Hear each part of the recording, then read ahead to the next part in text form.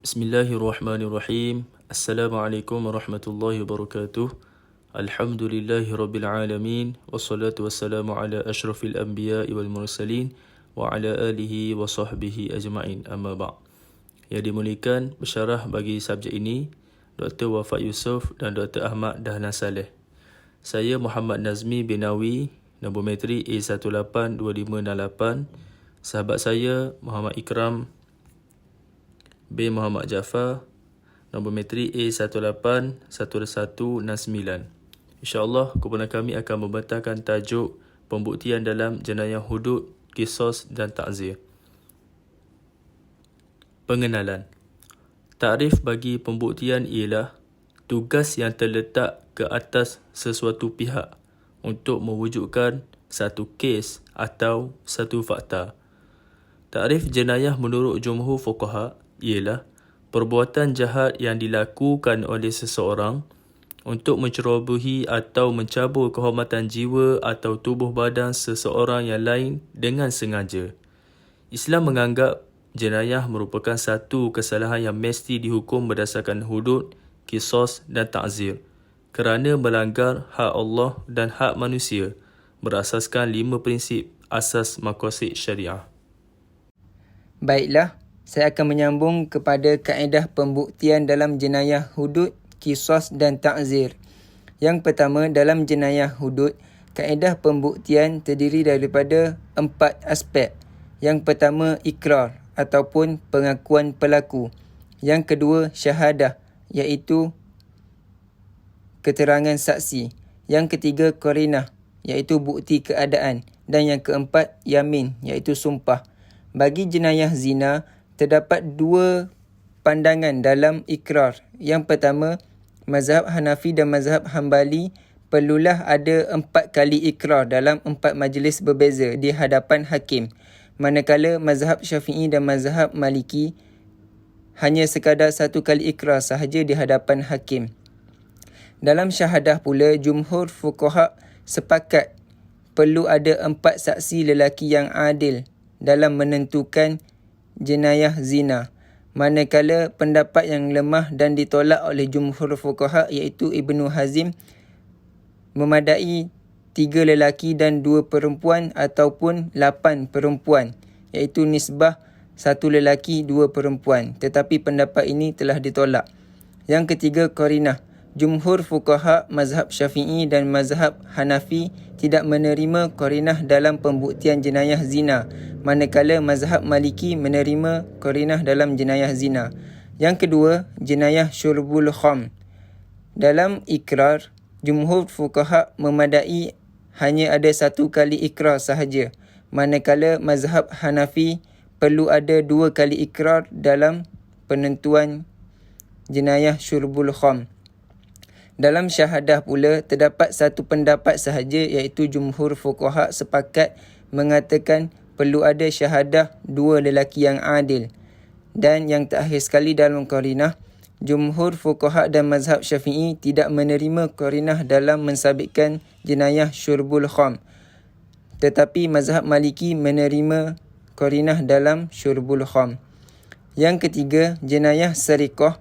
Jumhur fuqaha dan mazhab Hanafi berpendapat memadai 1 kali ikrar sahaja untuk jenayah sariqah, manakala mazhab Hambali perlu ada 2 kali ikrar daripada pelaku. Dalam aspek syahadah pula, jumhur fuqaha bersepakat perlu ada syahadah 2 lelaki yang adil dalam mensabitkan jenayah sariqah, manakala qarinah tidak ada di dalam sariqah. Dan yang terakhir sekali adalah yamin. Mazhab Syafi'i menerima yamin dalam mensabitkan jenayah sariqah, manakala sebahagian fuqaha yang lain tidak menerimanya. Jenayah yang keempat iaitu qazaf. Jumhur fuqaha bersepakat mengatakan 1 kali ikrar daripada penuduh dan syahadah perlulah mempunyai 2 lelaki yang adil. Manakala yamin, mazhab Hanafi dan mazhab Syafi'i menerima yamin dalam jenayah qazaf dan mazhab Hambali dan mazhab Maliki tidak menerima yamin dalam jenayah qazaf. Bagi jenayah hirabah dan burah pula, dalam aspek ikrar, mazhab Hambali dan mazhab Hanafi mengatakan perlu ada 2 kali ikrar. Manakala dalam syahadah pula, jumhur fuqaha sepakat mengatakan perlu ada syahadah 2 lelaki yang adil dalam mensabitkan jenayah hirabah dan burah. Manakala jenayah yang terakhir iaitu riddah, dalam aspek ikrar, jumhur fuqaha sepakat mengatakan perlu ada 1 kali ikrar sahaja. Dan dalam syahadah, jumhur fuqaha bersepakat perlunya ada 2 saksi 2 lelaki adil. Seterusnya, kaedah pembuktian dalam jenayah qisas. Terdapat 5 kaedah, iaitu yang pertama ikrar, yang kedua syahadah, ketiga qarinah, yang keempat yamin dan yang kelima qasamah. Dalam ikrar, jumhur fuqaha sepakat mengatakan bahawa ikrar menjadi hujah dalam kaedah pembuktian jenayah qisas. Dalam aspek syahadah pula, jumhur fuqaha mengatakan syahadah hanya sabit dengan saksi 2 lelaki yang adil. Dan qarinah pula, jumhur fuqaha bersepakat bahawa qarinah tidak sabit dalam pembuktian jenayah qisas kerana ada kesamaran. Yang keempat, dalam aspek yamin, mazhab Hambali dan mazhab Hanafi mengatakan bahawa yamin tidak sabit hukuman dalam jenayah qisas. Dan yang terakhir sekali, qasamah, mazhab Syafi'i mengatakan bahawa jika dakwaan ada lauth, maka pendakwa perlu bersumpah 50 kali dan layak mendapat diat. Jika dakwaan tiada lauth, maka orang yang didakwa perlu bersumpah 50 kali dan akan gugur tuduhan tersebut. Seterusnya, kita akan berpindah kepada kaedah pembuktian dalam jenayah ta'zir. Dalam jenayah ta'zir terdapat 4 kaedah, iaitu ikrar, syahadah, qarinah dan yamin. Dalam kaedah ikrar, jumhur fuqaha sepakat mengatakan bahawa ikrar menjadi hujah dalam kaedah pembuktian jenayah ta'zir. Dalam syahadah pula, terdapat 2 pendapat, iaitu yang pertama, mazhab Syafi'i dan mazhab Hambali mengatakan syahadah sabit dengan saksi 2 lelaki yang adil. Manakala mazhab Maliki pula mengatakan bahawa syahadah sabit dengan kenyataan saksi dan sumpah daripada pendakwa ataupun mangsa. Yang ketiga, qarinah. Jumhur fuqaha mengatakan qarinah tidak sabit untuk jenayah ta'zir kerana ada kesamaran. Manakala yang keempat, yamin, mazhab Hanafi mengatakan jatuh hukuman dengan kaedah yamin, manakala mazhab Syafi'i dan mazhab Maliki tidak menerima yamin sebagai kaedah pembuktian. Mazhab Hambali pula mengatakan tidak jatuh hukuman untuk jenayah ta'zir bagi kaedah yamin. Seterusnya, tahap pembuktian pula dalam jenayah hudud, qisas dan ta'zir.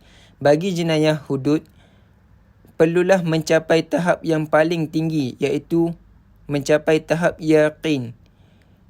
Bukti-bukti yang kukuh berbentuk ikrar daripada pelaku dan syahadah daripada saksi dan sempurna semua syarat-syarat lain. Hukuman hudud akan tertolak sekiranya terdapat syubhat, yakni keraguan yang timbul dalam kes. Bagi jenayah qisas pula, mazhab Syafi'i dan mazhab Hambali dan mazhab Hanafi perlulah mencapai tahap paling tinggi, iaitu yakin tanpa sebarang syubhat ataupun keraguan. Mazhab Maliki pula dan sebahagian mazhab Hambali mengatakan bahawa jenayah yang melibatkan tubuh badan dalam qisas perlulah mencapai tahap yakin, manakala jenayah yang melibatkan harta, iaitu dalam diat, hanya perlu mencapai tahap az-zann al-ghalib. Manakala bagi jenayah ta'zir pula, perlulah mencapai tahap az-zann al-ghalib, dan apa-apa jenayah hudud dan qisas yang tidak cukup syarat pensabitan, maka akan dikenakan hukuman ta'zir. Seterusnya adalah beban pembuktian.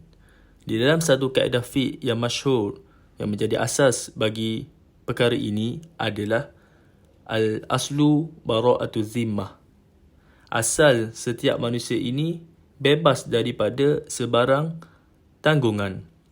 Maka di dalam bab beban pembuktian, seperti mana yang dinyatakan di dalam hadis Nabi Muhammad SAW, al-bayyinatu ala mudda'i wal yaminu ala man ankara.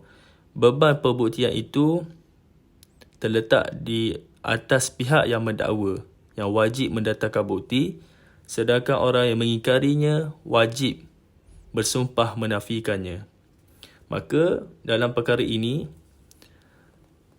di dalam bab hudud, pertama, pendakwa berjaya mengemukakan bukti yang mencapai tahap yakin. Sekiranya tertuduh berdiam diri, maka tertuduh dianggap bersalah dan dikenakan hukuman. Sekiranya tertuduh membela diri dengan menimbulkan keraguan yang mencapai tahap syak di dalam hudud dan zon di dalam kisos, maka tertuduh terlepas daripada hukuman hudud dan kisos, namun dikenakan hukuman ta'zir. Yang kedua, jika pendakwa gagal mengemukakan bukti yang mencapai tahap al-zon al-ghalib, sekiranya tertuduh berdiam diri, maka tertuduh bebas daripada semua hukuman.